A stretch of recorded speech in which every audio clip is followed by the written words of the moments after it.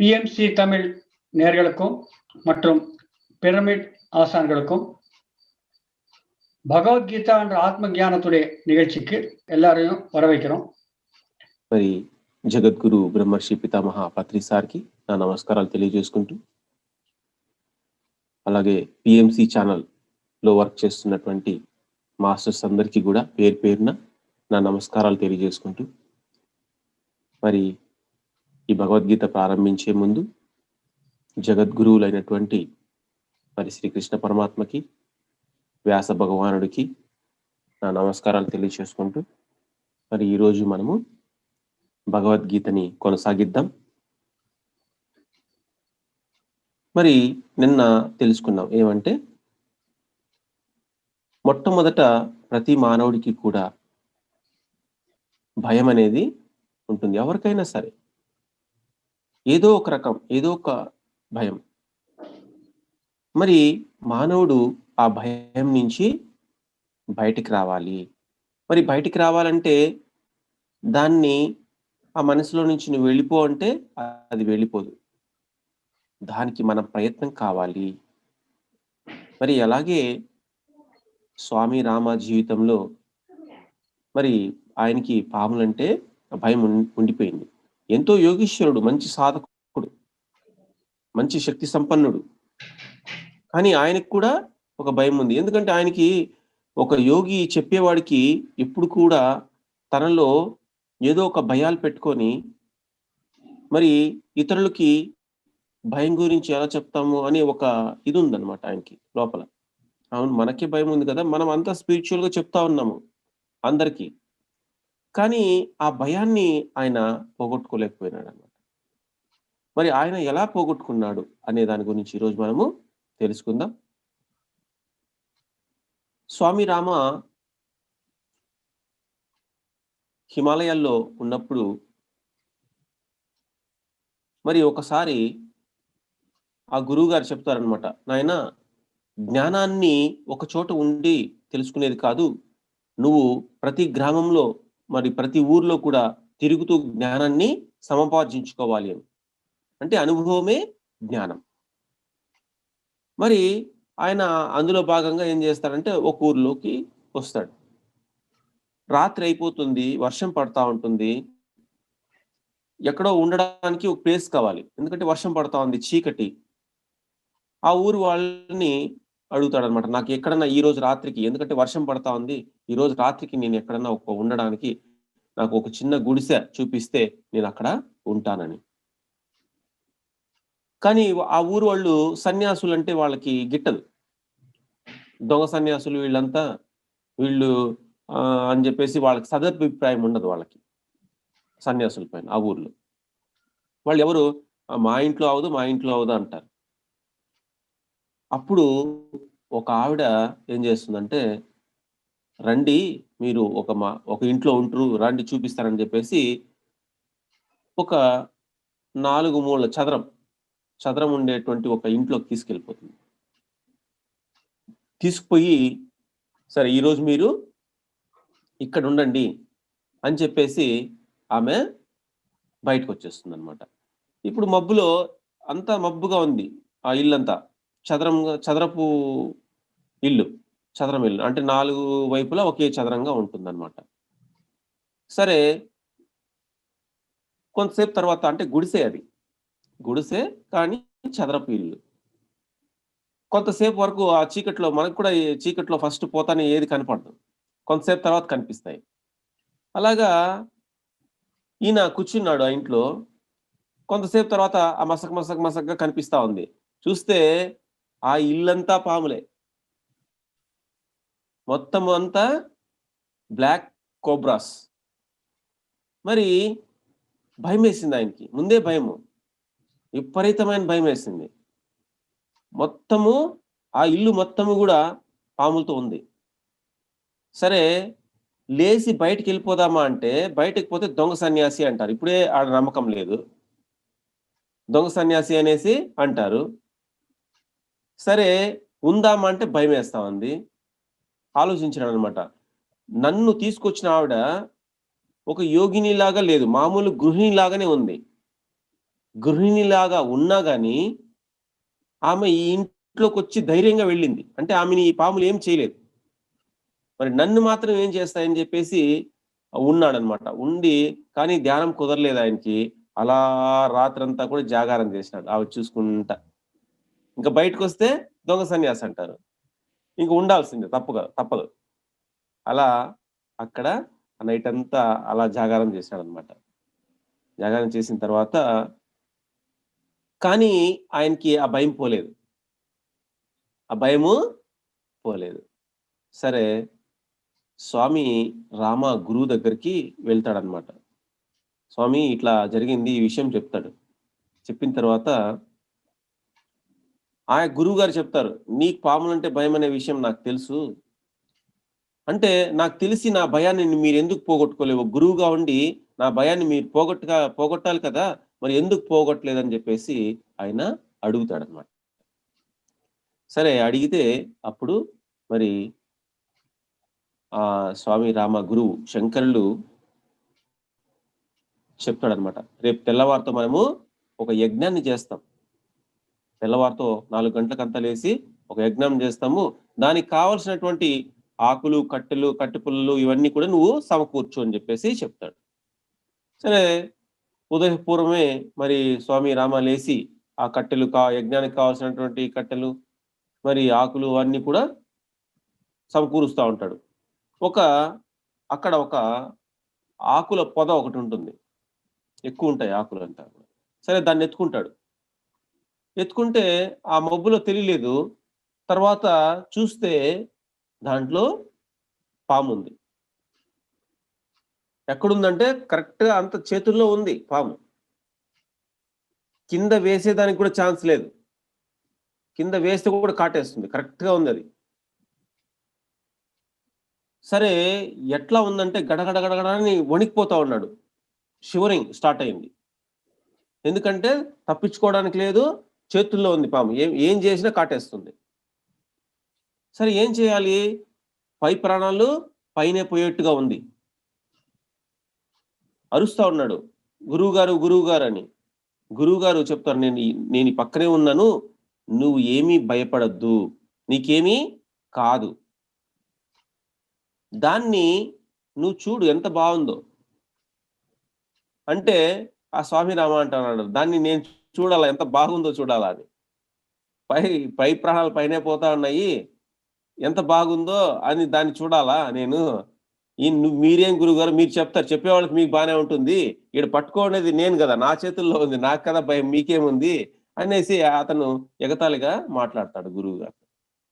సరే అప్పుడు చెప్తాడు గురువు గారు ఏమంటే, దాన్ని ప్రేమించు. ఇంకా ఆయనకి పిచ్చిలాగా అవుతుంది అనమాట. ఏమంటే దాన్ని ప్రేమించాలా నేను? ఇప్పుడే పై ప్రాణాలు పైకి పోయేసి అంటే పైకి పోతాయేమోనో, ఈ ప్రాణాలు పోతాయేమో అనేసి భయపడతా ఉంది. శరీరం అంతా అదిరిపోతా ఉంది. మరి ఇలాంటప్పుడు నేను ప్రేమించాలా పాముని అనేసి అతను అనుకుంటాడనమాట. అలాగా అరగంట సమయం గడుస్తుంది. అలా చేతుల్లో పట్టుకున్నాడు. అరగంట అలా పట్టుకునేసరికి అతనిలో ఆ కొంచెం భయము పోతా ఉన్నిందనమాట. అంటే ఆ భయపడడము మానేసి అలా చూస్తున్నాడు ఇప్పుడు. ఆహా! నిజమే మా గురువుగారు చెప్పింది.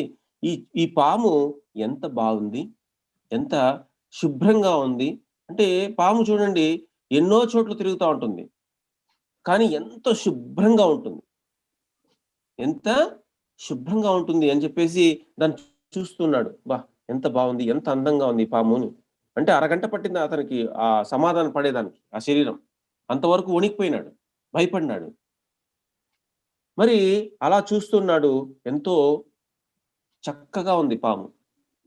కానీ చూడండి, మనిషి ఎంతో శుభ్రంగా శరీరాన్ని పెట్టుకుంటాడు, కానీ మనస్సులో అన్నీ కూడా వేరే వాళ్ళ పైన దురభిప్రాయాలు, ద్వేషము, పగ, అసూయ, ఈర్ష్య, ప్రతీకారము. మరి ఇవన్నీ కూడా మానవుడు చూడ్డానికి బాగా చక్కగా ఉంటాడు. కానీ మానవుడి లోపల ఇవన్నీ కూడా ఉంటాయి. కానీ పాము చూడండి ఎన్నో చోట్ల తిరుగుతుంది. ఎన్నో చోట్ల తిరిగినా ఎంతో శుభ్రంగా ఉంటుంది. కానీ మానవుడు మలినాలతో ఉంటాడు. ఈ మలినాలన్నీ కూడా మానవుడిలో పోవాలి. ప్రతి జీవిని కూడా ప్రేమించే స్థితి రావాలి. ప్రతి జీవిని ప్రేమించాలి. ఆ ప్రేమ అనేది ఎక్కడి నుంచో రాదు, మన హృదయంలో నుంచి అది రావాలి. ఇంతవరకు పట్టింది స్వామి రామాకి. ఇప్పుడు ప్రేమగా చూస్తున్నాడు ఆ పాముని. అబ్బా ఎంత బాగుంది, ఎంత చక్కగా ఉంది, ఇది ఎంత అందంగా ఉంది అని ఆ లోపల నుంచి ఆ భావన వస్తూ ఉంది. ఎప్పుడైతే అతను ఆ పాముని ఇష్టపూర్వకంగా చూస్తున్నాడో, ప్రేమపూర్వకంగా చూస్తున్నాడో, ఆయనలో ఉన్నటువంటి భయం అంతా కూడా కొద్ది కొద్దిగా వెళ్ళిపోవడం స్టార్ట్ అయింది. சுவாமி ராம பாம்புனா ரொம்ப பயம், அது எப்படி அவர் போய்க்கினாரு அந்த விஷயத்த நம்ம இன்னைக்கு நம்ம தெரிஞ்சுக்கலாம். குருஜி கிட்ட போய் சொன்னார், இந்த மாதிரி பாம்பு முள்ளே வந்தது, ரொம்ப பயந்துட்டேன் அப்படின்ட்டு. அவருக்கு சொன்னார் இல்லையா குருஜி, தியானத்துல இருக்கும்போது ஒண்ணுமே நடக்காதுன்னு சொன்னார். அப்புறம் அது பிறகு அவர் குருஜி சங்கரர் அவர் சொல்றாரு சுவாமி ராமாக்கு என்னன்னாக்க, நீ வந்து எவ்வளவோ தியானத்தை நீ கத்துக்கிற, இந்த தியானம் வந்து தியானத்தினால வந்து அந்த தியானத்தை நம்ம எல்லாருக்கும் கொடுக்கணும், எல்லாருக்கும் பங்கு பெறணும். நம்மள வச்சுக்கினா ஒன்றும் பிரயோஜனம் கிடையாது. நீ ஒவ்வொரு கிராமத்துக்கு போய் நீ எல்லா தியானத்தை நீங்க கத்துக் கொடுக்கணும் எல்லாருக்கும் அப்படின்னு சொன்னாரு. சரி, அதனால வந்து ஒரு நாள் அவரு சுவாமி ராமா வந்து ஒரு கிராமத்துக்கு போனார். ஒரு கிராமத்துக்கு போன பிறகு அந்த கிராமத்துல இருக்கிற அங்க போன பிறகு ஆல்மோஸ்ட் நைட் ஆயிடுச்சு, சாயங்காலம் ஆயிடுச்சு. சாயங்காலம் ஆன பிறகு அவர் வேற எங்கேயும் போக முடியாது, அங்கதான் தங்கி ஆகணும். அப்ப அந்த கிராமத்துல இருக்கிறவங்களும் இவங்க சொன்ன ஆன்ம போதம் கேட்கறாங்க. ஆனா அவர் யாருக்கும் சன்னியாசினா அந்த கிராமத்துல யாருக்கும் அவங்களுக்கு பிடிக்காது. அதனால யாரும் அவங்க தங்கறதுக்கு வசதி கொடுக்க மாட்டாங்க. அவர் பார்த்துட்டே இருப்பாரு, யாராவது நம்மளுக்கு கூப்பிடுவாங்களா, யாராவது வசதி கொடுப்பாங்களா, போய் தங்கலாம் அன்னைக்கு நைட் அப்படின்ட்டு. ஒருத்தர் கூட வந்து யாருக்கும் பிடிக்காது. சன்னியாசினா பிடிக்காது. ஆனா சன்னியாசினா திருட்டு போலி சன்னியாசிங்க அப்படின்னு அவங்க எல்லாருக்கும் ஒரு நம்பிக்கை இருக்கு சன்னியாசிகள் மேல. அதனால இவரும் அந்த மாதிரிதான் அப்படின்ட்டு அவங்களுக்கு வசதி கொடுக்கறதுக்கு இஷ்டப்பட மாட்டாங்க. அது ஒரு விஷயம். இன்னொரு விஷயம் என்னன்னாக்கா, சுவாமி ராமா கூட நானே பயந்துட்டு சாகிறேன், நானே பாம்புல பயந்து சாகிறேன், நான் பயந்துட்டு இருந்து மற்றவங்களுக்கு பயப்பட எப்படி சொல்றது நானு? எனக்கு அனுபவம் இல்லையே, எனக்கு அனுபவம் இல்லை, நான் எப்படி சொல்றது? அவருக்கும் ஒரு மனதுல ஒரு விதமான அபராத பாவம் இருக்கு, நான் எப்படி சொல்றது மற்றவங்க பயப்படாத அப்படின்ட்டு. ஓகே, இந்த மாதிரி அவர் நினைச்சுட்டு இருக்கும்போது கடைசியில ஒரு ஒரு பொம்பளை வந்தாங்க. ஒரு பொம்பளை வந்து கடைசியில சொன்னாங்க, ஓகே யாரும் அவங்க வீட்டுல வசதி கொடுக்கறதுக்கு விரும்பல, அதனால நான் எடுத்துட்டு போறேன், என்னோட வா நீ, நான் வந்து ஒரு இடத்துக்கு போயிட்டு உனக்கு நீ வந்து நைட்ல தங்கறதுக்கு நான் ஏற்பாடு பண்றேன் அப்படின்ட்டு அவங்க வர சொன்னாங்க. ஸோ அந்த பொம்பளை பின்னாடி அவர் போவார். போயிட்டு பார்த்தாங்க ஒரு ஆல்மோஸ்ட் இருட்டாயிடும். இருட்டான பிறகு அந்த ஒரு சின்ன குடிசை, ஒரு சதுரமா இருக்கும், 10x10 வச்சுக்கலாம், 10x10 சதுரம் இருக்கிற குடிசையில அவரு இந்த போய் நீ தங்கு அப்படின்ட்டு அந்த அம்மா சொல்லிட்டு போயிடுவாங்க. சரி, ஓகே, இவர் உள்ள போயிடுவாரு, குடிசுக்குள்ள போயிடுவாரு. குடிசுக்குள்ள போனா அங்க பார்த்தா எல்லாம் இருட்டா இருக்கும். அந்த காலத்துல எங்க விளக்கெல்லாம் இருக்கு, எல்லாம் இருட்டா இருக்கும், இருட்டு ஃபுல்லா. அப்ப போய் உட்காருவாரு, என்ன பண்றது, சரி உட்காருவாரு, இதான் கடைசியா நம்மளுக்கு தங்கறதுக்கு அப்படின்னு உட்காரு. கடைசியில பார்த்தா ரொம்ப உள்ள போனோம்னு நம்மளுக்கு ஒண்ணுமே தெரியாது. நார்மலா நீங்க பாத்தீங்கன்னாக்கா இருட்டுல நம்ம போகும்போது உடனே ஏதாவது இருட்டுக்குள்ள போனாக்கா நம்மளுக்கு கண் தெரியாது. உடனே கொஞ்ச நேரம் உட்கார்ந்தாதான் நம்மளுக்கு ஸ்லோ அது அந்த சூழ்நிலைக்கு தகுந்த மாதிரி நம்ம கண்ணு பழக ஆரம்பிக்கும். அப்புறம் நம்மளுக்கு என்ன இருக்குன்னு தெரிய ஆரம்பிக்கும். அதே மாதிரி அவர் அந்த குடிசையில போய் உட்கார்ந்துருந்தாரு. உட்கார்ந்து ஒரு 10 நிமிஷம் ஆன பிறகு ஸ்லோவா சுத்தி பார்க்க ஆரம்பிச்சாரு. சின்ன குடிசை தான் அது, ஒரு சதுரம் 10x10 சதுரமா இருக்கு. பார்த்தாரு. பார்த்தாக்க எல்லாமே அந்த குடிசைக்குள்ள பாம்பு தாங்க. குடிசை முழுசா பாம்பு தான். அது எந்த பாம்பு? கருப்பு பாம்பு.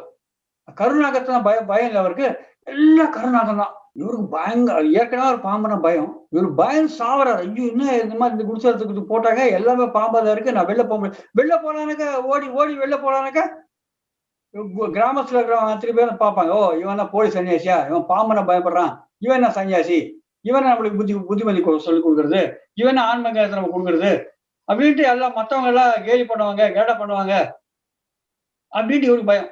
அதனால வெளில போக முடியாது, உள்ளே இருக்க முடியாது. பயந்து உட்கார்ந்துருப்பார் உள்ளே. சோ எப்படி தூங்குவாரு? தூங்க முடியாது. நைட் ஃபுல்லா அப்படியே உட்கார்ந்து பயந்தோட செத்து அப்படியே உட்கார்ந்துருப்பார். ஆனா அந்த பாம்பு, எந்த பாம்பு யாரும் எதுவும் பண்ணாது. இவர் நினைப்பாரு, இவரு நம்மளை எடுத்து வந்து விட்டாங்க ஒரு பொம்பளை, இந்த பொம்பளையும் இந்த குடிசையில இருக்கிறவங்க தானே, அவங்களுக்கு சேர்ந்துதான் இந்த குடிசை, அப்ப அங்க அந்த அந்த பொம்பளை இந்த குடிசையில இருக்கும்போது, அந்த பொம்பளை இந்த குடிசையில தங்கும்போது, அந்த பொம்பளைங்க தங்கும்போது அந்த பொம்பளைக்கு ஒண்ணுமே ஆகல. அப்ப இந்த பாம்பெல்லாம் அப்ப அந்த பொம்பளை தங்கும்போது இருந்திருக்கும் இல்லையா? இப்ப என்ன பண்ண போறது? என்னையும் ஒண்ணும் பண்ணாது. அப்படின்னு நெனச்சாரு. நெனச்சாரு. ஆனா பயம் தான் உள்ள. ஏன்னா எவ்வளவு பாம்பு இருக்கு. அப்படியே பயந்து வெளில போ முடியாதா, உள்ளே உட்கார முடியாதா, அப்படியே உட்கார்ந்து நைட் ஃபுல்லா அப்படியே கழிச்சாரு. ஜாகரணம் பண்ணாரு. அதாவது தூங்கவே இல்ல. ஓகே. ஆக மொத்தம் விடிஞ்சது. விடிஞ்ச பிறகு வெளில வந்துட்டாரு. கிராமஸ்தர்கள் இருக்கிறவங்க ஒண்ணும் சொல்லல. எனக்கு அவர் பயந்து வெளில வரலையே.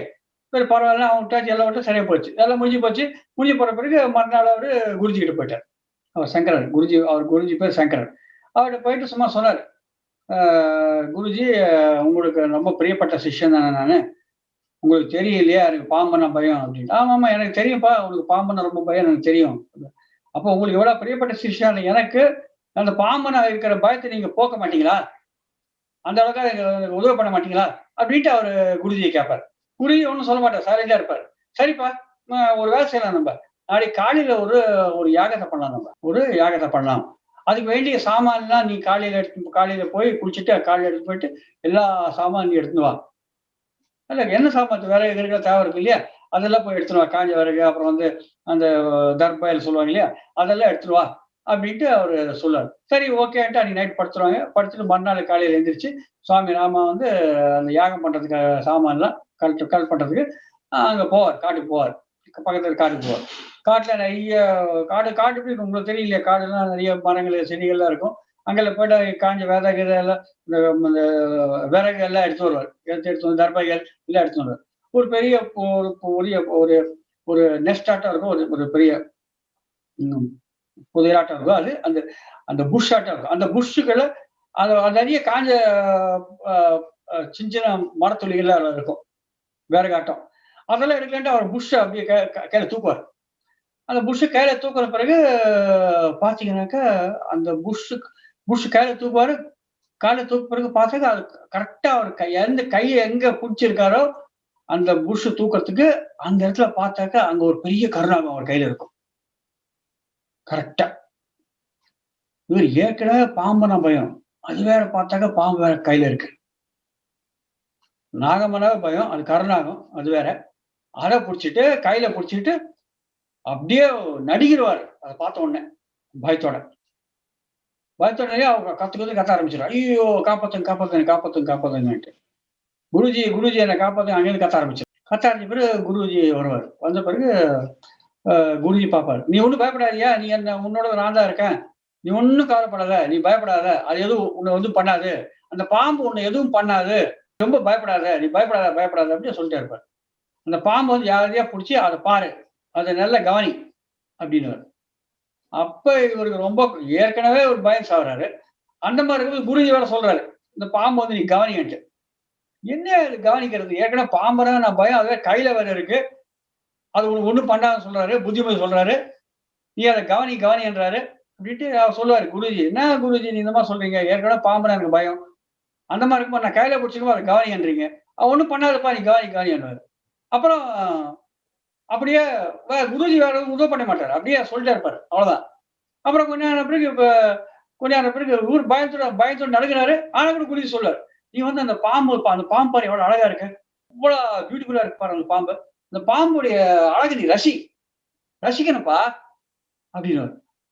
திருப்பி குருஜி மேல கோவத்தோட கத்த ஆரம்பிச்சுருவாரு ராமா. "என்ன ஏற்கனவே பாம்புன்னா பயம். அதுவே நீங்க அத ரசிக்க சொல்றீங்க நீங்க. என் கையில பாம்பு இருக்கு. அதனால நீங்க ஜாலியா சொல்றீங்க.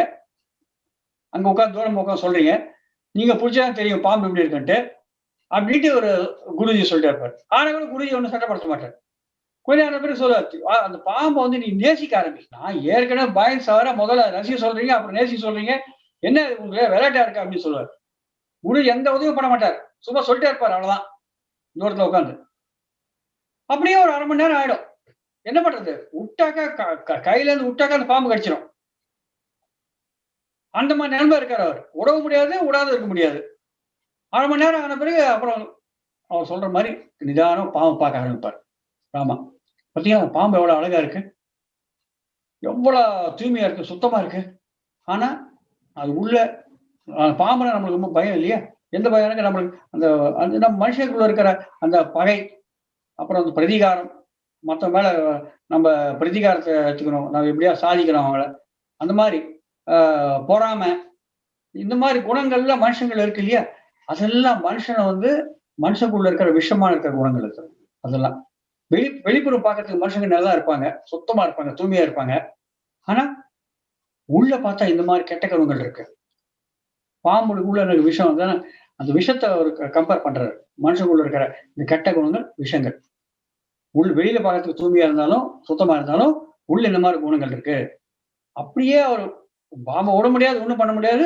அப்ப நிதானமா ஒரு 3/4 மணி நேரம் ஆயிடுது. 3/4 மணி நேரம் ஆன பிறகு அப்ப அவருக்கு பாம்பு பார்க்க ஆரம்பிப்பார். இன்னும் பயப்படாத. பயம் போயிடுச்சே இப்ப. இனி இல்ல பயம். கையில இருக்கு. விட்டா சாவடிச்சிடும். விடலனாக்கா கீழே விட்டா சாவடிச்சிடும். விடவும் முடியாது. அந்த மாதிரி இருக்கும்போது கட்டாய நிலைமையில அவரு பாம்பு பார்க்க ஆரம்பிப்பாரு. அப்ப பாம்பை பார்த்து அதனுடைய அழக, அதோட எவ்வளவு சுத்தமா இருக்கு இல்லையா, தூய்மையா இருக்கு இல்லையா, அதை அவர் உண்மையில ரசிக்க ஆரம்பிப்பார். அப்புறம் நிதானமா பயம் கொஞ்சம் கொஞ்சமா அவருக்கு కమ్మియాగ ఆరంభించారు. మరి పాము ఎంతో శుభ్రంగా ఉంటుంది. అది స్నానం చేయదు, ఏం చేయదు, ఎక్కడెక్కడో తిరుగుతూ ఉంటుంది. కానీ ఎంతో శుభ్రంగా ఉంటుంది. కానీ తనని కాపాడుకోవడానికి మాత్రమే, ఎప్పుడైనా దానికి హాని ఉందంటే మాత్రమే అది తిరగబడుతుంది. కానీ మానవుడు అలా కాదు. తను మరి ఎన్నో రకాలుగా ఎదగడానికి కోసం కావచ్చు, మరి దేనికోసమైనా కావచ్చు, తన జీవితంలో ప్రతి క్షణం కూడా ఎంతో విషయాన్ని కక్కుతా ఉంటాడు. మరి అదే స్వామి రామాకి వారు గురువు గారు చెప్తారు, నాయన ఇలా ఉంటుంది. మరి పాము ప్రమాదకారి కాదు, పాము కన్నా మనిషే ప్రమాదకారి. మరి నువ్వు దీన్ని ఎప్పుడైతే ప్రేమిస్తావో అప్పుడు నీలో ఉన్నటువంటి భయం పూర్తిగా పోతుంది అని చెప్తాడు. స్వామి రామ కూడా అలా దాన్ని ఇష్టపూర్వకంగా చూసి పూర్తిగా, అంటే తనలో ఉన్నటువంటి భయాన్ని అంతా కూడా పోగొట్టుకుంటాడు అనమాట. అంటే ఇక్కడ ఏమి అంటే, ఎక్కడ మనకి భయం అనిపిస్తోందో అక్కడ ఎవరినైనా కానీ, మన తల్లిని మనం ప్రేమించాలి, మన తండ్రిని ప్రేమించాలి, మన కుటుంబాన్ని మనం ప్రేమించాలి. మరి అలాగే మన కుటుంబాన్ని ఎలాగా ప్రేమిస్తామో మన చుట్టుపక్కల వాళ్ళని కూడా అలాంటి ప్రేమ స్థితిలోనే చూడాలి. అంటే ద్వేష స్థితిలో చూడకూడదు. మనం ఒక వ్యక్తిని చూసేటప్పుడు అతన్ని ద్వేషిస్తే అలాంటి వ్యక్తిగా అతను కనిపిస్తాడు. అలాగే మనము ఆ ప్రేమ భావంతో చూస్తే అతను మనకి శ్రేయస్సు చేసే విధంగానే కనిపిస్తాడు. అంటే ఏ విధంగా చూస్తే అలాగ కనిపిస్తాడు అనమాట. అందుకనే ఇక్కడ మనము మన మనస్సులో ఆ భయానికి బదులు ప్రేమని పెట్టుకోవాలి. మరి ఆ ప్రేమ భావన వల్ల ఏమవుతుందంటే సర్వత్రా మనకి మిత్రత్వమే ఉంటుంది. అలాగా స్వామి రామ ఆ భయాన్ని నుంచి போகட்டுக்குனாரு. இப்ப பாத்தீங்கன்னாக்க கடைசியில அவருக்கு என்ன வேற வழி இல்லை, ஏன்னா விட்டா கடிச்சிடும்.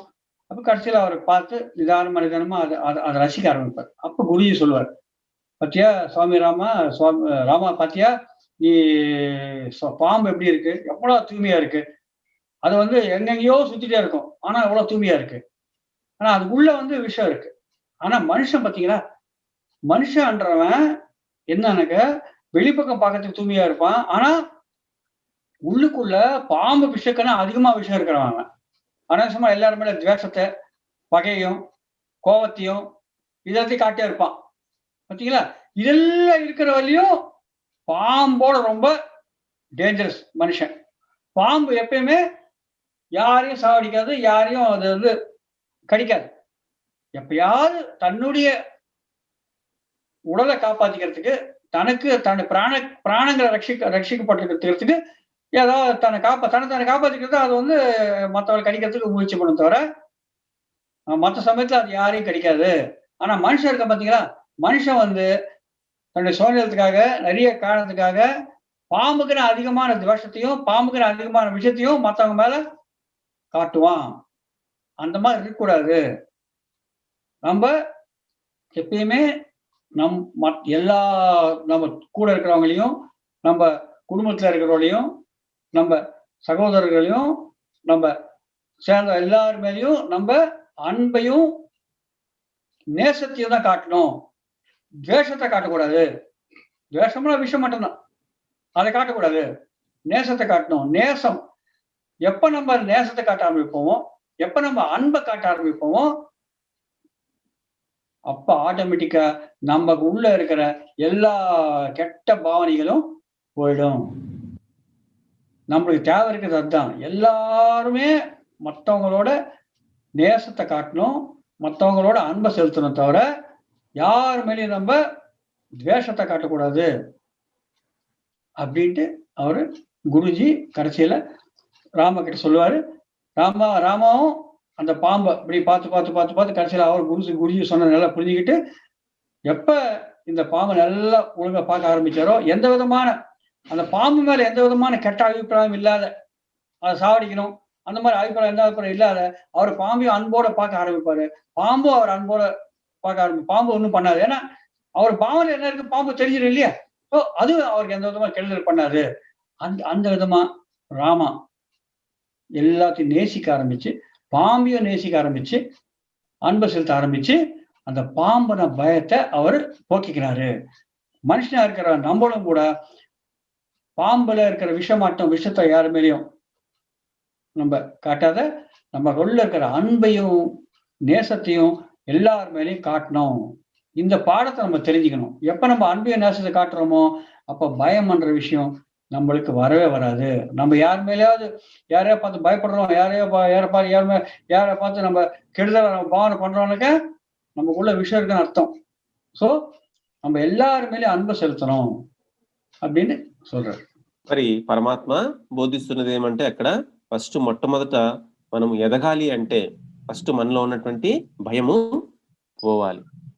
మరి భయం పోవాలంటే మనము ప్రతి విషయం పైన ఏ జంతువు అయినా ఏ పక్షి అయినా కానీ దానిపైన మనకి ప్రేమ అనే భావన ఉన్నప్పుడు ఏ జంతువుకి భయపడం, ఏ పూలు వచ్చినా భయపడం. ఎందుకంటే అక్కడ ఏం చేస్తాడో స్వామి రామ అంటే దాన్ని అంటే అక్కడ చెప్తాడు, ఆ చేతుల్లో ఉంది పాము, దానికి చెప్తాడు అనమాట, నువ్వు ఎంత బాగున్నావు, నువ్వు ఎంత చక్కగా ఉన్నావు అంటే దానితో మాట్లాడడం స్టార్ట్ చేస్తాడు. భావ ప్రకంపన ఎట్లయితే మన మనసులో ఏదైతే అనుకుంటామో అది ఆటోమేటిక్ గా దానికి తెలిసిపోతుంది. ఏ జీవి అయినా కానీ అది పసిగడుతుంది అంటే ఏ భావంతో ఉన్నాడు మనిషి అని.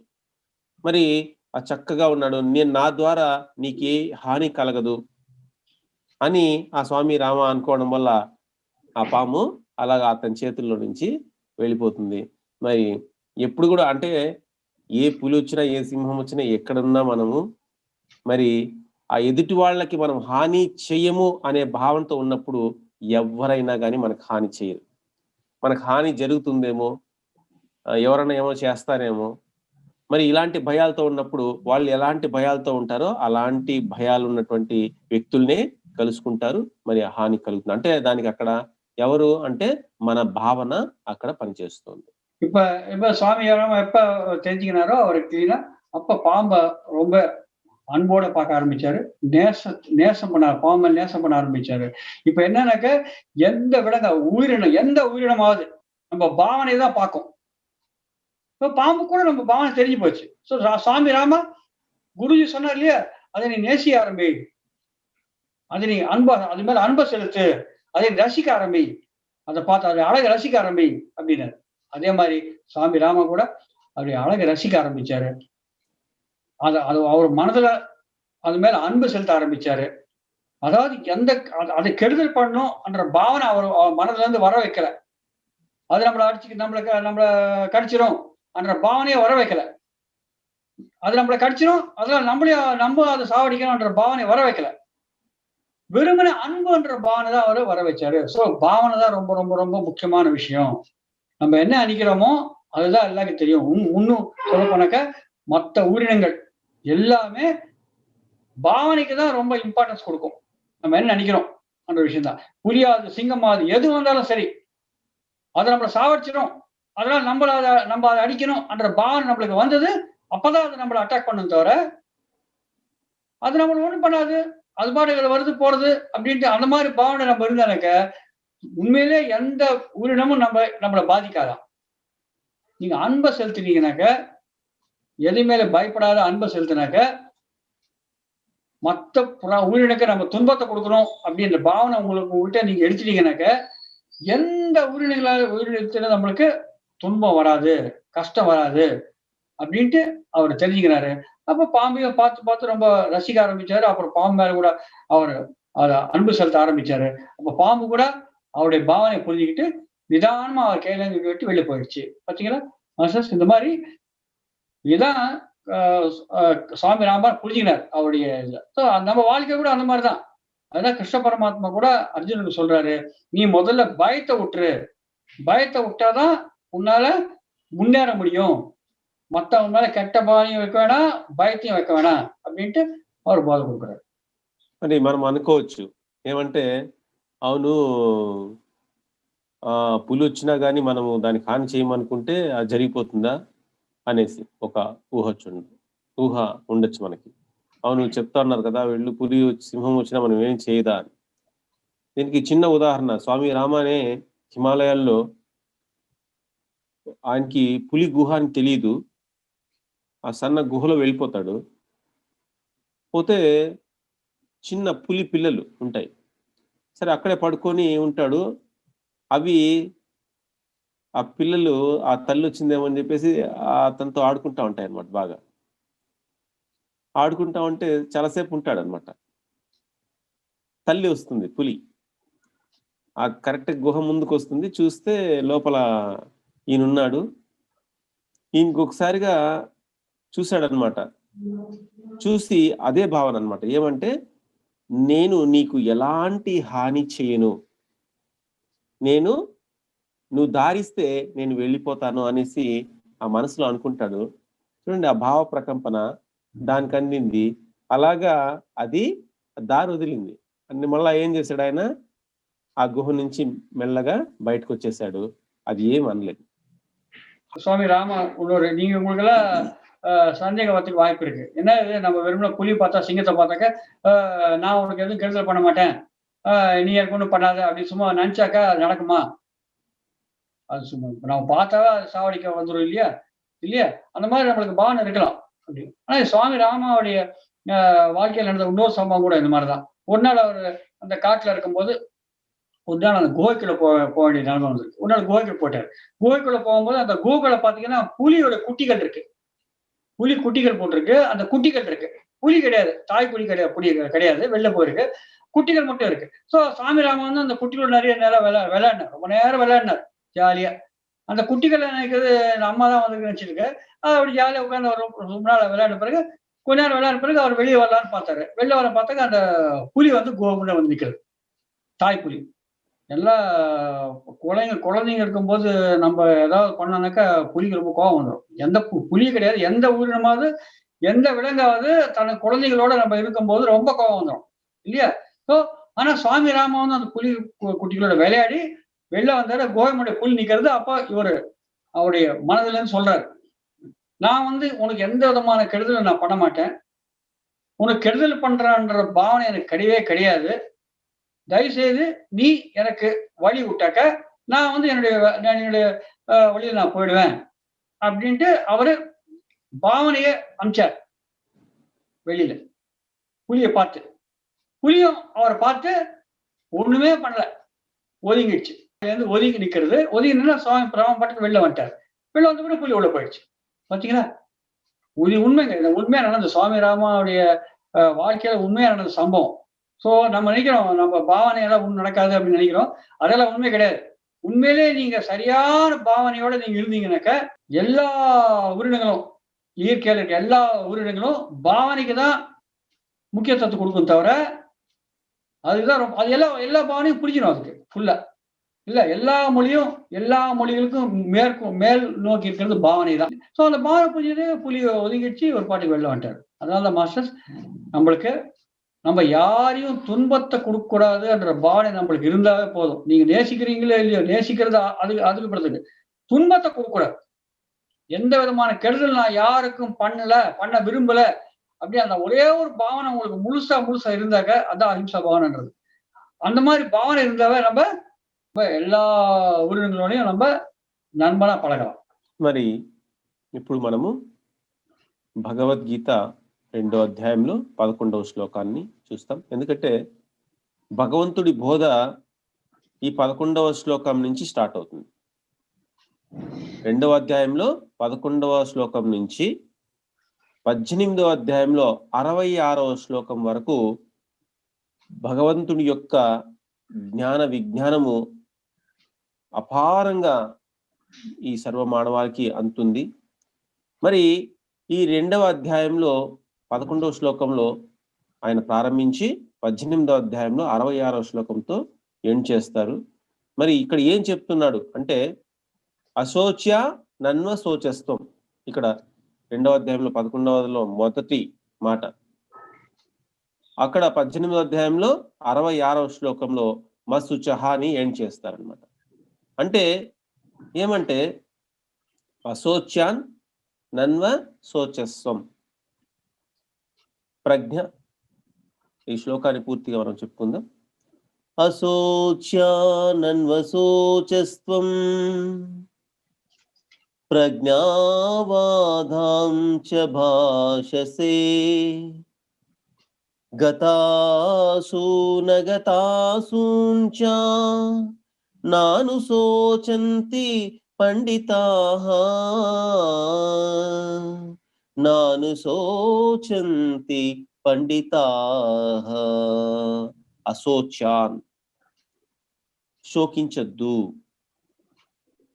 మరి ఆ లాస్ట్ లో ఏం చెప్తాడంటే, అంటే ఈ భగవద్గీత అంతా కూడా మానవుడు శోకించని దాని కోసం శోకిస్తా ఉన్నాడు. ఇదే భగవద్గీత సారాంశం అంతా కూడా.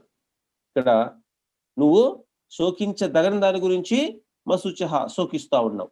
శోకం నుంచి ఆ శోకంతో ఎండ్ చేస్తున్నాడు పరమాత్మ. అంటే ఈ మధ్యలో నువ్వు దేనికోసము బాధపడాల్సిన అవసరం లేదు. మానవుడు ఆనందంగా జీవించడానికి ఈ భూమిపైకి రావడం జరిగింది. ஓகே, இப்ப கிருஷ்ண பரமாத்மா இனிமேல நம்மளுக்கு இந்த ஆன்ம ஞானம் தொடங்குறார். பகவத்கீதையில 2வது அத்தியாயத்துல இருந்து, பகவத்கீதையில மொத்தம் 18 அத்தியாயங்கள் இருக்கு. ஓகே, பகவத்கீதையில 11வது அத்தியாயத்துல இருந்து ஆன்ம போதம் நடக்கிறது. 11வது அத்தியாயத்து பகவத்கீதையில 2வது அத்தியாயத்துல இருந்து 11வது ஸ்லோகத்துல, அதாவது செகண்ட் அத்தியாயம் 11th ஸ்லோகம், அங்கேருந்து நம்மளுக்கு பகவானுடைய போதை ஆத்ம போதை நடக்கிறது.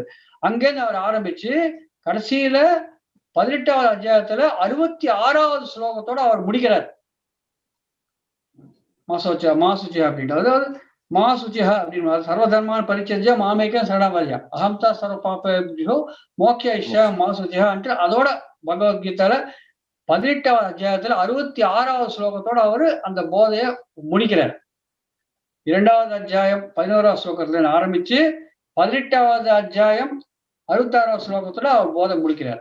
சோ இது என்ன ஆரம்பிக்கிறாருங்க அப்படின்னாக்க, அவர் சார் இப்ப சொன்னார் இல்லையா, அசோச்சியா அப்படின்ட்டு ஆரம்பிச்சிருக்காரு. அசோச்சியானாக்க சோகம். சோகம்னாக்க வருத்தப்படாத, துக்கப்படாத, வருத்தப்படாத.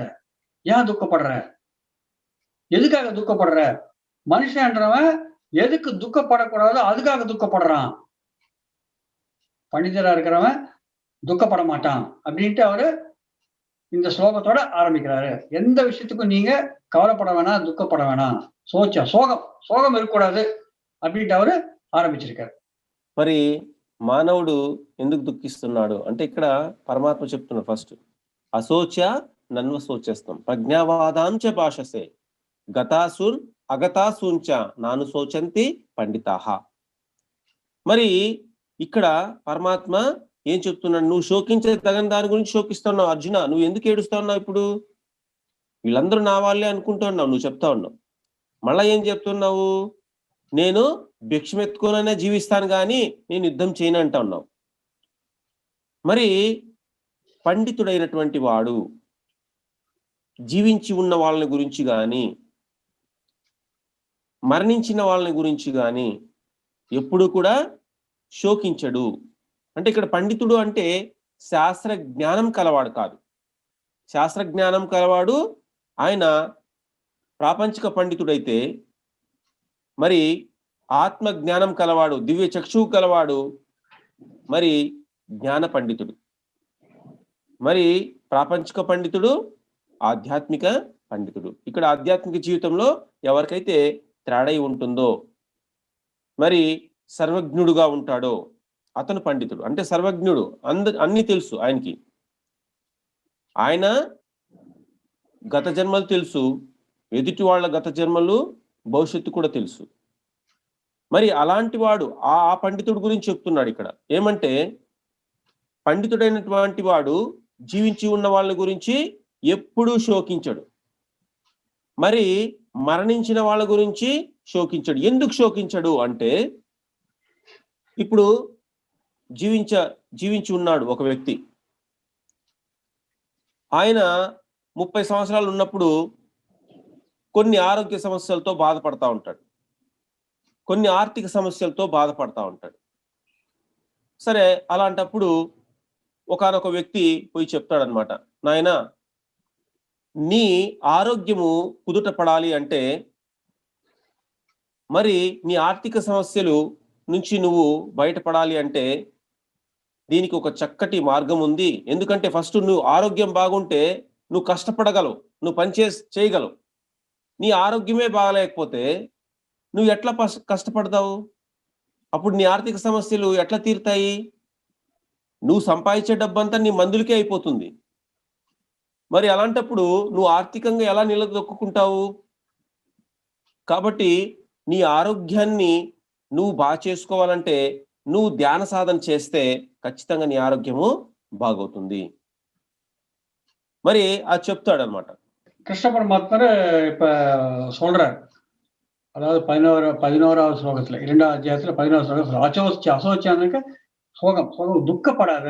ஏன் துக்கப்படுற? துக்கப்படாத விஷயத்துக்காக நீங்க துக்கப்படுற. பண்டிதரா இருக்கிறவங்க, ஒரு பாண்டிச்சம் இருக்கிறவங்க துக்கப்பட மாட்டாங்க அப்படின்னாங்க. இங்க 2 விஷயம் நம்ம தெரிஞ்சுக்கணும். பண்டிதர் அப்படின்னாக்க நம்ம 2 விதமான பண்டிதர் இருப்பாங்க. ஒண்ணு பௌதிக உலகத்துல சேர்ந்த பண்டிதர், அதாவது பௌதிகமா நிறைய புராணங்கள் படிச்சாங்க, அப்புறம் நிறைய பிரவச்சனம் கொடுப்பாங்க, இவங்கள பண்டிதர் இல்லையா? அது பௌதிகமா விஷயத்துல பண்டிதர், நிறைய அட்டாசம் பேசுவாங்க, எல்லா விஷயங்களும் திறமையா பேசுவாங்க. ஓகே, அது பௌதிகமான பண்டிதர். ஆனா ஆன்ம ஞானம் இருக்கிற பண்டிதர், பௌதிக ஞானம் இருக்கிற பண்டிதர் ஒருத்தர், ஆன்ம ஞானம் இருக்கிற பண்டிதர் வேற. ஆன்ம ஞானம் இருக்கிற பண்டிதர் முழு உண்மையான ஆன்ம ஞானத்தை அடைஞ்சவங்க ஆன்ம ஞானம் இருக்கிற பண்டிதர், அவங்களும் பண்டிதர் சொல்லுவோம். இங்க கிருஷ்ண பரமாத்மா என்ன சொல்றாருனாக்கா, பண்டிதர் அப்படின்னாக்கா இவர் ஆன்ம ஞானம் இருக்கிற பண்டிதர் பத்தி சொல்றாரு, பௌதிக ஞானம் இருக்கிற பண்டிதர் பத்தி சொல்லல. பௌதிக ஞானம் இருக்கிற பண்டிதர் பத்தி ஏற்கனவே சொல்லிட்டாரு நம்ம அர்ஜுனன் மேல. நீ ரொம்ப படிக்கிறதா பேசி இருந்தியே, நான் அது பண்ணுவேன் இது பண்ணுவேன், பாஸ் பதார்த்தம் எடுத்து வந்து அடிச்சிடும் அப்படின்னு சொல்லிட்டு இருந்தியே, ரொம்ப அதிகமா அட்டை ஒட்டிய நீ இப்ப வந்து இது பார்த்து போர்க்களத்துல வந்து நீ எல்லாம் அழுவ ஆரம்பிச்சிருக்கிய, சோகத்தை துக்கத்தை எழுதிட்டியே. பார்த்தீங்களா, முதல்ல எப்படி பேசுனேன்? பௌதிக பண்டிதா பேசுனேன், அது பண்ணுவேன் இது பண்ணுவேன். அப்ப இங்க வந்த பிறகு அழுவ ஆரம்பிச்சிடுற. பார்த்தீங்களா? சோ ஆன்ம ஞானம் இருக்கிற பண்டிதர்கள் யாருக்காகவும் அழுவ மாட்டாங்க. அதாவது உயிரோடு இருக்கிறவங்களுக்காக அழுவ மாட்டாங்க, இறந்தவங்களுக்கு மேலேயே அழுவ மாட்டாங்க. அது ஆன்ம ஞானம் இருக்கிற பண்டிதர்கள். அது எப்படி அப்படின்னா, அதுக்கு வச்சு நான் உதாரணம் சொல்றாரு சார். என்னன்னாக்க, ஒரு ஆள் 30 வயசு இருக்கிற ஆள் ஒருத்தர் இருக்காரு. அவருக்கு வந்து அவர் சம்பாதிக்கிறாரு, அப்புறம் வந்து அவருக்கு உடம்பு சரியில்லை. அதாவது உடம்பு பொருளாதார விஷயமா கொஞ்சம் கஷ்டமா இருக்கு, உடல் நிலைமை விஷயமா கூட கஷ்டமா இருக்கு. அப்ப என்ன ஆச்சு? என்ன சொல்றாங்க, நீ உடல் நிலைமை நல்லா இருந்தாதான் நீ எவ்வளவு சம்பாதிச்சாலும் அது பிரயோஜனம் இருக்கியா? ஆரோக்கியம் இருந்தாதான் நீ எவ்வளவு சம்பாதிக்க முடியும் அப்படின்ட்டு బుద్ధిమతి சொல்றாరు. మరి సరే, అతనికి చెప్పాడు. మరి అతను ఒకటి ఏమంటే, ధ్యానం చేస్తే నాకు ఆరోగ్యం బాగైపోతుందా? నేను నమ్మను. ఎందుకంటే గమ్మున కూర్చోంటే ఆరోగ్యం బాగైపోయేట్లా ఉంటే మరి డాక్టర్లంతా ఎందుకు అని చెప్పేసి ఆయన నమ్మడనమాట. లేదు నేను ఏదో చూసుకుంటానులే అని. మరి ఒక 10 సంవత్సరాల తర్వాత చూస్తే పాపము ఆయన పూర్తిగా మంచానికి పడి ఉన్నాడు. మంచం అప్పుడు చెప్పాడు 10 సంవత్సరాల ముందు, నాయన ధ్యానం చేసుకోని. మరి అప్పుడు ఆయన వినలేదు. మరి ఎంతో మంది 2 కిడ్నీలు ఫెయిల్ అయిపోయిన వాళ్ళు, లివర్ ఫెయిల్ అయిపోయిన వాళ్ళు, ఎంతో మంది క్యాన్సర్ ఉన్న వాళ్ళు పలంనేరులోనే, ఎక్కడో కాదు, నా ముందరే ఎంతో మంది వాళ్ళు ధ్యానం చేసుకొని వాళ్ళ అద్భుతమైనటువంటి జీవితాన్ని గడుపుతా ఉన్నారు ఈరోజు. కేవలము ధ్యాన సాధన. పలంనేరులో 60 పెద్ద పిరమిడ్ ఉంది. మరి ఆ సాధన వాళ్ళు చేసుకొని మంచి ఆరోగ్యవంతులుగా జీవిస్తా ఉన్నారు. మరి అక్కడ ఏంటి అంటే వారి యొక్క విశ్వాసం, నమ్మకం. ఈయన ఇక్కడ నమ్మలేదు. இப்ப என்ன சொல்றாருன்னா, ஏற்கனவே ஒரு உடம்பு சரியில்லை அப்படி அப்ப அந்த மாதிரி இருக்கும்போது ஒருத்தர் வந்து சொன்னார் அவருக்கு, நீங்க உடம்பு சரியில்லைனாக்கா உடம்பு ஆரோக்கியமா இருந்தாதான் நம்ம ஏதாவது பண்ண முடியும்.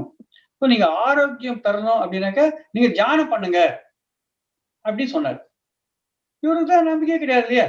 இப்போ என்ன இது, உடம்பு சரியில்லைனாக்கா ஆரோக்கியம் தியானம் பண்ணா நம்ம உடம்பு சரியா இருக்குமா?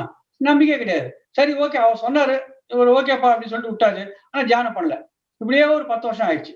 10 வருஷம் ஆன பிறகு நீங்க பாத்தீங்கன்னாக்கா அவருடைய உடல் நிலைமை ரொம்ப ரொம்ப ரொம்ப ரொம்ப மோசமா போயிட்டு படுத்த படுக்கையா போயிட்டார். 10 வருஷம் ஆன பிறகு அவர் யோசிக்கிறாரு, என்ன இது, இந்த மாதிரி இவர் சொன்னாரு தியானம் பண்ணுங்க அப்படின்ட்டு. அப்ப நிலம் வந்திருக்கு அவருக்கு, தியானம் பண்ணா நல்லா இருக்கும் அப்படின்ட்டு.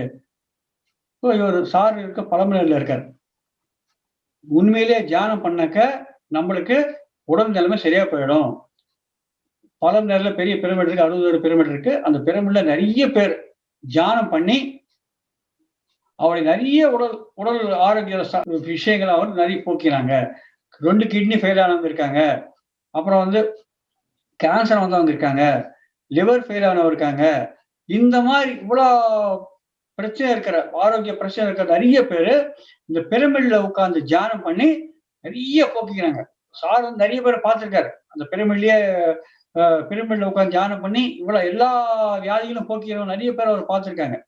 இவங்க எப்படி போக்கிக்கிறாங்க அப்படின்னாக்கா அது விசுவாசம், நம்பிக்கை, பலமான நம்பிக்கை நம்ம விசுவாசம் சொல்லுவோம் இல்லையா? நம்ம தியானம் பண்ணாக்க நம்ம எல்லா வியாதிகளும் போக்கிக்கலாம்ன்ற ஒரு பலமான ஒரு விசுவாசத்தோட உட்கார்ந்து தியானம் பண்ணாங்க. எல்லா வியாதிகளும் அவங்க போக்கிக்கிறாங்க. தாண்டி 100கணக்கான பேர் அவர் சார் பார்த்திருக்காரு. அந்த பழமநேர் பிரமிட்ல ఎత్తినో పేరు ధ్యానం పని அவங்க ఆరోగ్య నిలబడి இருக்காங்க அப்படின்னு சொல்றாரு. మరి 10 సంవత్సరాల తర్వాత మళ్ళా ఎవరైతే ధ్యానం చెప్పారో ఆయన చూశాడనమాట. చూసి ఆయన అనుకున్నాడు, 10 సంవత్సరాలప్పుడు ఆయనకి చెప్పాను, మరి అతను వినలేదు ఆ రోజు మాట. ఆయన ఏం బాధపడలేదు, ఎందుకంటే చెప్పినాను, ఆయన చేసుకోలేదు.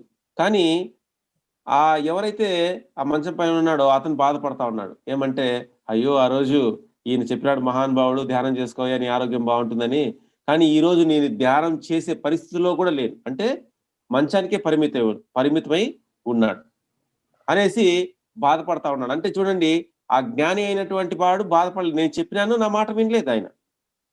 కానీ ఎవరైతే జ్ఞానం లేదో అతను ఏం చేస్తున్నాడు, ఆ రోజు చెప్పినాడు ఆయన, నేను వినలేదు, ఈ రోజు చూడండి నా రోగగ్రస్తంతో బాధపడతా ప్రతి క్షణం నరకంతో జీవిస్తా ఉన్నాను అని ఆయన బాధపడతా ఉన్నాడు. అందుకే ఇక్కడ జ్ఞాని అయినటువంటి వాడు జీవించి ఉన్న వాళ్ళని గురించి ఎప్పుడు బాధపడదు. ఎందుకంటే జీవించి ఉన్నవాడు వాడి గత జన్మల కర్మ ఫలాన్ని అనుభవిస్తా ఉంటాడు. వాడి కష్టానికి కారణం ఎవరంటే అతనే. కొన్ని గత జన్మల కర్మల వల్ల మనకి వస్తే ఎక్కువ శాతము ఈ జన్మలో చేసుకున్నటువంటి కర్మల వల్ల మనము ఫలితాలని అనుభవిస్తా ఉంటాం. మరి இப்ப 10 வருஷமா இவர் படிக்க இருந்தார். 10 வருஷம் ஆன பிறகு இவருக்கு படிக்க இருந்து அவர் யோசிக்கிறார், ஐயோ நம்மளுக்கு 10 வருஷம் முன்னாடி அவர் சொன்னாரு தியானம் பண்ண சொல்லி, நான் பண்ணலையே அப்படின்னு நினைச்சிருக்காரு. பார்த்தீங்களா மாஸ்டர்? ஸோ 10 வருஷம் முன்னாடி அவர் சொல்லிட்டார், யாரு, ஒருத்தர் வந்து தியானம் பண்ணுங்க, தியானம் பண்ண எல்லாம் முடியும், எல்லாம் உங்களுக்கு ஆரோக்கியம் வரும் அப்படின்னு சொல்லிட்டு போயிட்டாரு. அவர் பண்ணவே இல்லை. ஆனா இப்போ சிந்திக்கிறார், உட்கார்ந்து வருத்தப்படுறாரு, ஐயோ 10 வருஷம் முன்னாடி சொன்னாரு, நான் தியானம் கூட பண்ண முடியாத நிலைமை நான் இருக்காங்க அப்படின்னு ரொம்ப வருத்தப்பட்டே இருக்காரா. ஆனா 10 வருஷம் முன்னாடி சொன்னவரு அவர் சொல்லிட்டாரு, அவர் வேலை முடிஞ்சு போச்சு, அவ்வளவுதான். சொல்ல வேண்டிய விஷயம் அவர் சொல்லிட்டாரு. அவரு ஆன்ம ஜானி.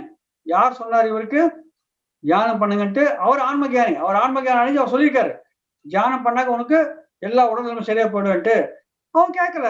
ஸோ அதனால அத பத்தி நான் சொல்லிட்டேன். நான் சொன்னத சொல்லியாச்சு. அவர் கேட்கறாங்களோ கேட்கலையோ அவங்க தலைவிதி. அப்படின்ட்டு அவரு காமா அவர் பாட்டுக்கு அவரு போயிட்டார். அவ்வளவுதான். அதான் பண்டிதர் அப்படின்னாக்க ஞானியா இருக்கிறவங்க. ஆன்ம ஞானி தான் பண்டிதர்ன்னு சொன்னீங்க ஆன்ம ஞானம். ஆன்ம ஞானம் இருக்கிற பண்டிதர். இல்லையா? ஸோ இந்த பண்டிதர் அவரு சொல்ல வேண்டிய விஷயம் சொல்லிட்டாச்சு. அப்புறம் அத பத்தி கவலைப்படல. அவர் பண்ணிட்டோம் இல்லாட்டி இல்ல. நம்ம வேலை முடிஞ்சு போச்சு. அப்படி சொல்லிட்டு அத பத்தி கவலைப்படல. ஏன் நம்மளுக்கு இந்த மாரி நடக்கிறது? நம்ம சொன்னா கூட நம்ம ஏன் கேட்க மாட்டோம்? அப்படின்னாக்க ரொம்ப முக்கியமான விஷயம் என்னன்னாக்க, இதெல்லாம் நம்ம கர்மாவுடைய வினை தான். நம்ம நெறைய கர்மா பண்ணியிருப்போம் இல்லையா? அந்த கர்மாவுடைய வினை தான் நம்மளுக்கு இந்த வியாதி ரூபத்துல வந்து நம்ம அனுபவிக்க வேண்டிய அவசியமா இருக்கு. நெறைய நெறைய பிறவில நம்ம நெறைய கர்மா பண்ணியிருப்போம். கெட்ட கர்மாக்கள் வினை எல்லாம் நம்ம வியாதியா அனுபவிச்சு ஆகணும் என்ற விஷயம் அதுதான் உறுதி. அதுல சந்தேகமே கிடையாது. మరి పండితుడు మరణించిన వాళ్ళ గురించి కూడా శోకించడు. ఎందుకు శోకించాడంటే ఆయనకి ఆయనకి దివ్యచక్షు ఉంది, దివ్య దృష్టి ఉంది. మరణించాడు. మామూలుగా మన బంధువుల్లో ఒకరు చనిపోయినారనుకోండి, ఓ అని ఏడుస్తాం. ఎందుకంటే నాతో కలిసి ఇన్ని రోజులున్నాడు, నాకు ఎంతో ప్రాణమిత్రుడు అని ఏడుస్తాం, బాధపడతాం. కానీ ఒక పండితుడు ఏం చేస్తాడంటే ఆ దేహము అలా నిశ్చలంగా ఉంది, కానీ ఆయన మూడవ దివ్య నేత్రం ఉన్నవాడు కాబట్టి అది చూస్తాడు. పక్కనే ఆత్మ ఉంటుంది. నేను ఉన్నానయ్యా, నేను ఏం చనిపోలేదు, నేను పక్కనే ఇక్కడే ఉన్నాను. కానీ అక్కడ ఎవరు నిశ్చలంగా ఉంది అంటే ఆత్మ ఎప్పటికీ ఉంది. శరీరము ఎప్పుడైతే ఆత్మ శరీరంలో నుంచి బయట వచ్చేసిందో ఆ శరీరము నిశ్చలంగా ఉంది. అంటే ఎప్పుడైతే అక్కడ ఆ శరీరంలో శ్వాస జరగడం లేదు, మరి ఆత్మ బయట ఉంది, చెప్తా ఉంది. అక్కడ అన్ని ఉంటాయి, ఒక శరీరం లేదంతే. ఇంద్రియాలు, మనస్సు, బుద్ధి, ఆత్మ అన్ని ఆత్మతో పాటు పనిచేస్తా ఉన్నాయి. నేను ఉన్నాను అని చెప్తా ఉన్నాడు. అంటే ఆ జ్ఞానికి తెలుస్తా ఉంది, పక్కనే నా స్నేహితుడు ఉన్నాడు. అంటే ఆ దివ్య దృష్టి కావాలి. దివ్య దృష్టి కావాలంటే మరి ఎంతో సాధన చేయాలి. మరి అతడు ఆత్మ జ్ఞాని. ఎందుకంటే దివ్య దృష్టి ఉన్నవాడు జ్ఞాని. ఏమంటే ఆయన అక్కడ చనిపోయింది ఎవరు చనిపోలేదు. ఈ షట్టనే శరీరాన్ని వదిలేస్తున్నారు. ఈ షట్టనే శరీరాన్ని అక్కడ వదిలిపెట్టడం జరిగింది, అంతే. ఇంకేం మార్పు లేదు. ఆ ఇంద్రియాలు ఎట్లయితే మనం ఆలోచిస్తా ఉన్నామో అదే ఆలోచనలు, అదే మనస్సు, అదే బుద్ధి అట్లే ఉంటాయి. కాబట్టి ఇక్కడ అందుకే పరమాత్మ చెప్తున్నాడు ఏమంటే, పండితుడైనటువంటి వాడు జీవించి ఉన్న వాళ్ళ గురించి కానీ మరణించిన వాళ్ళ గురించి కానీ ఎప్పుడు కూడా శోకించడు. కాబట్టి నువ్వు ఎందుకు ఏడుస్తావు అర్జున? నువ్వు ఏడవలసిన అవసరం లేదు. చనిపోయేది ఎవరు ఇక్కడ? ఎవ్వరు చనిపోరు. ఈరోజు ఈ షర్ట్ నేను వేసుకున్నాను, ఈ షర్టు మళ్ళా రేపు తీసేస్తాను. ఈ షర్టు నేను కాదు. అలాగే ఈ శరీరము నేను అనుకుంటున్నాం, ఈ శరీరం నేను కాదు. అంటే ఈ శరీరంలో నివసిస్తున్నటువంటి ఆత్మ ఏం చేసింది? ఈ షర్టు లాంటి ఈ శరీరాన్ని ధరించింది. ఎన్ని సంవత్సరాలు? ఒక 80 సంవత్సరాలు, 90 సంవత్సరాలు ఈ శరీరాన్ని ధరిస్తుంది. తర్వాత కొత్త శరీరాన్ని ధరిస్తుంది.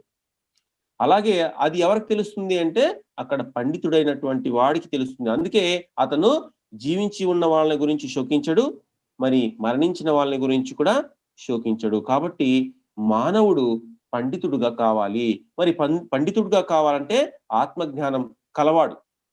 మరి ఆత్మజ్ఞానాన్ని పొందాలి. ఈ జీవితంలోనే, ఈ మానవ జీవితంలోనే ఈ ఆత్మజ్ఞానాన్ని మనము తెలుసుకోవాలి.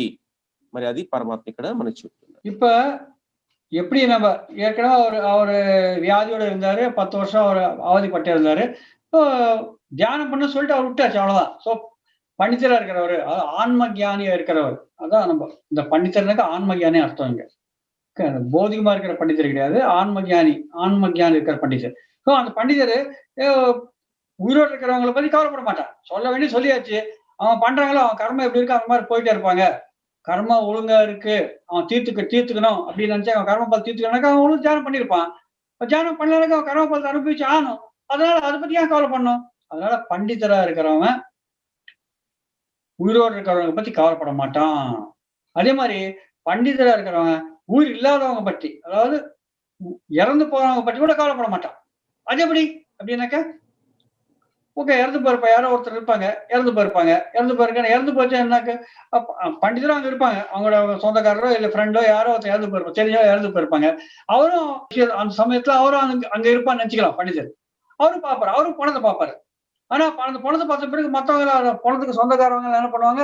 அழுதுட்டே இருப்பாங்க. ஐயோ! ஐயோ! போயிட்டான், போயிட்டான், போயிட்டான், போயிட்டான் அழுதுட்டே இருப்பாங்க. ஆனா பண்டிதரா இருக்கிறவன், அவரும் பக்கத்துல இருப்பாங்க. அவன் அழ மாட்டான். ஏன் அழ மாட்டான்? அப்படின்னாக்கா, அவனுக்கு 3ஆம் கண்ணு இருக்கு. திவ்ய சக்ஷு இருக்கு. ஆன்ம ஞானம் இருக்கிறதுனால 3ஆம் கண்ணோட அவர் பார்ப்பாரு. 3ஆம் கண்ணு அவர் என்ன பார்ப்பாரு? உடல பார்ப்பாரு. உடல்ல சுவாசம் இல்ல. உடல்ல இருக்கிற எல்லாமே வெளியில போயிடுச்சு. சுவாசம் நின்னு போயிடுச்சு. ஆனா, ஆன்மா அந்த உடல் பக்கத்துல இருக்கு. அது அவருடைய திவ்ய நேத்திரத்தோட பார்ப்பார். திவ்ய கண்களோட அவர் பார்ப்பார். ஏன்னா ஆன்ம ஞானம் இருக்குல்ல அவருக்கு. அவருக்கு தியானம் பண்ணி அவ்வளவு ஞானம் அடைஞ்சதுனால அவரு மத்த ஆன்மாக்க பார்க்க முடியும். அது பக்கத்துல இருக்கிற யாரு செத்து இருக்காங்களோ அவங்க ஆன்மா இவர் பார்த்துட்டே இருப்பாரு. அவங்க ஆன்மா பார்த்துட்டே இருக்கும். அவங்க அந்த ஆன்மா வந்து அவரோட பேசும் அவர்கிட்ட கிளீனா. உங்க அழுகுறாங்க பாருப்பா, நான் வந்து சாவல, ஒண்ணும் பண்ணல. நான் எப்படி ஃப்ரீயா தான் இருக்கேன். எனக்கு ஒண்ணும் சாவு கிடையாது. அப்படின்ட்டு அந்த ஆன்மா சொல்லிட்டே இருக்கும். இவர் பார்த்துட்டே இருப்பாரு. ஆனா மத்தவங்களுக்கு ஆன்ம ஞானம் இல்லாத மத்தவங்களுக்கு ஐயோ! போயிட்டானே, போயிட்டானே, போயிட்டானே அழுதுட்டே இருப்பாங்க. ஸோ பண்டிதரா இருக்கிறவன், ஞானம் உள்ளவன், இறந்து போனவங்க பத்தி கூட கவலைப்பட மாட்டான். ஏன்னா இறந்து போன ஆன்மா இருக்கு. அப்புறம் அது பிறகு இன்னொரு பிறவெளிக்கு போயிடும். எப்படி ஆன்மான்றது ஒரு நம்ம உடல்ல இருந்து ஒரு ஷெட்டாட்ட ஆன்மாக்கு. ஒரு ஷர்ட் கிழிஞ்சு போச்சோ, இல்ல அழுக்காயிடுச்சுன்னு வச்சுக்கோங்களேன், இந்த ஷர்ட் தூக்கி போட்டு வேற ஷர்ட் மாட்டிப்போம் இல்லையா? அதே மாரி நம்ம உடல்ன்றது ஒரு ஷர்ட் ஆட்டம் ஆன்மாக்கு. அந்த பீரியட்ல அந்த ஷர்ட் அந்த உடல்ல வந்திருக்கு. அந்த உடலுடைய எல்லா காரியம் முடிஞ்சு போச்சு. அந்த உடல விட்டு ஆன்மா பிரிஞ்சு போயிடுச்சு. சோ ஆன்மாக்கு சாவே கிடையாது. உடலுக்கு தான் சாவு. ஒரு பிறவி ஒவ்வொரு பிறவி உடல மாற்றியிருக்கும் தவிர, ஆன்மா மாறாது. ஆன்மா, சூக்ஷ்ம உடலு, மனம், புத்தி எல்லாம் ஆன்மாவோட இருக்கும். அது மாறாது. உடல் தான் மாறி ஒவ்வொரு பிறவிலும் மாறிட்டே இருக்கும். சோ இந்த ஆன்ம ஞான விஷயத்த தெரிஞ்சுக்கிறவன் தான் பண்டிதரு. அதனால இறந்து போனவங்க பத்தி அவர் கவலைப்பட மாட்டாரு. எனக்கு ஆன்மாக்கு இறப்பு கிடையாது. உடல் தான் இறப்பு. சோ நம்ம ஆன்மா, நம்ம உடல் என்ற விஷயம் அவருக்கு தெரியும். உடல் கிடையாதுன்ற விஷயம் அவருக்கு தெரியும். நம்ம ஆன்மான்ற விஷயம் அவருக்கு தெரியும். அதனால இறந்து போனத பத்தியும் கவலைப்பட மாட்டாரு. உயிரோட இருக்கிறத பத்தியும் கவலைப்பட மாட்டாரு. உயிரோட இருக்கிறவன் கஷ்டப்படுறானாக்கா அவன் கர்மா பத்தி அதெல்லாம் அவன் கஷ்டப்படுறான். எப்ப அவன் ஆன்ம ஞானம் தெரிஞ்சுக்கிட்டு எப்ப நம்ம தியானம் பண்ணி அவன் கர்மா போக்கலாம். சோ அதனால யார பத்தியும் கவலைப்பட மாட்டாரு பண்டிதர் அப்படின்ட்டு சொல்றாரு. உயிரோட இருக்கிறவங்க பத்தியும் கவலைப்பட மாட்டாரு. இறந்தவங்க பத்தியும் கவலைப்பட மாட்டாரு. உண்மையான పண்டிతరు. ఆత్మ జ్ఞానం దగ్గర పండితరే. మరి పరమాత్మ ఈ శ్లోకం ద్వారా మనకేం చెప్తున్నాడంటే, మానవుడు శోకించదగిన దానికోసం శోకిస్తా ఉన్నాడు. నాకు అది లేదు, ఇది లేదు, ఇది లేదు అని చెప్పేసి శోకిస్తా ఉన్నాడు. మరి శోకించిన అవసరం లేదు. ఎందుకంటే ఆత్మ శాశ్వతమైంది. కాబట్టి మనము పండితుడిలాగా ఎదగాల్సిన అవసరము ఉంది. ఎందుకంటే పండితుడు దేనికోసం శోకించడు. మామూలు వాడైతే ప్రతి దానికి కూడా శోకిస్తాడని చెప్పేసి మనకి ఈ శ్లోకం ద్వారా పరమాత్మ చెప్తున్నాడు. இந்த ஸ்லோகத்து மொழிவா என்ன சொல்றாரு கிருஷ்ண பரமான் அப்படின்னாக்க, பண்டிதரா இருக்கிறவங்க உயிரோடு இருக்கிறவங்க பத்தியும் துக்கப்பட மாட்டாங்க, கவலைப்பட மாட்டாங்க. செத்தவங்க பத்தியும் கவலைப்பட மாட்டாங்க. ஏன்னாக்க அவங்களுக்கு தெரியும் சாவுன்றது உடலுக்கு தான், ஆன்மா கிடையாது. அந்த ஞானம் இருக்கிறவங்க பண்டிதர். சோ எல்லா மனிதர்களும் நம்ம எல்லாருமே பண்டிதரா மாறணும். பண்டிதர்னாக்க இங்க ஆன்ம ஞானம் தெரிஞ்ச பண்டிதரா மாறணும் அப்படின்ட்டு கிருஷ்ண பரமாத்மா அர்ஜுனர் மூலியமா நம்மளுக்கு இந்த போதனை பண்றாரு இந்த ஸ்லோகம் வழியா. పిఎంసి తమిళ్ ఛానల్ వీక్షిస్తున్నటువంటి అందరికీ కూడా మరొకసారి నా కృతజ్ఞతలు తెలియజేసుకుంటూ, பிஎம்சி தமிழ் சேனல்ல இருக்கிற எல்லாருக்கும் நன்றி தெரிவிச்சுக்கிறேன். பிஎம்சி நேயர்களுக்கு ஒரு வேண்டுகோள். வீடியோ மூலமாக மேலும் ஆன்மீக தகவல்கள் பெற விரும்பினால் சப்ஸ்கிரைப் எனும் பட்டனை அழுத்தவும். இதை பற்றிய அறிவிப்புகளை அறிய வேண்டுமானால் பெல் எனும் பட்டனை அழுத்தவும்.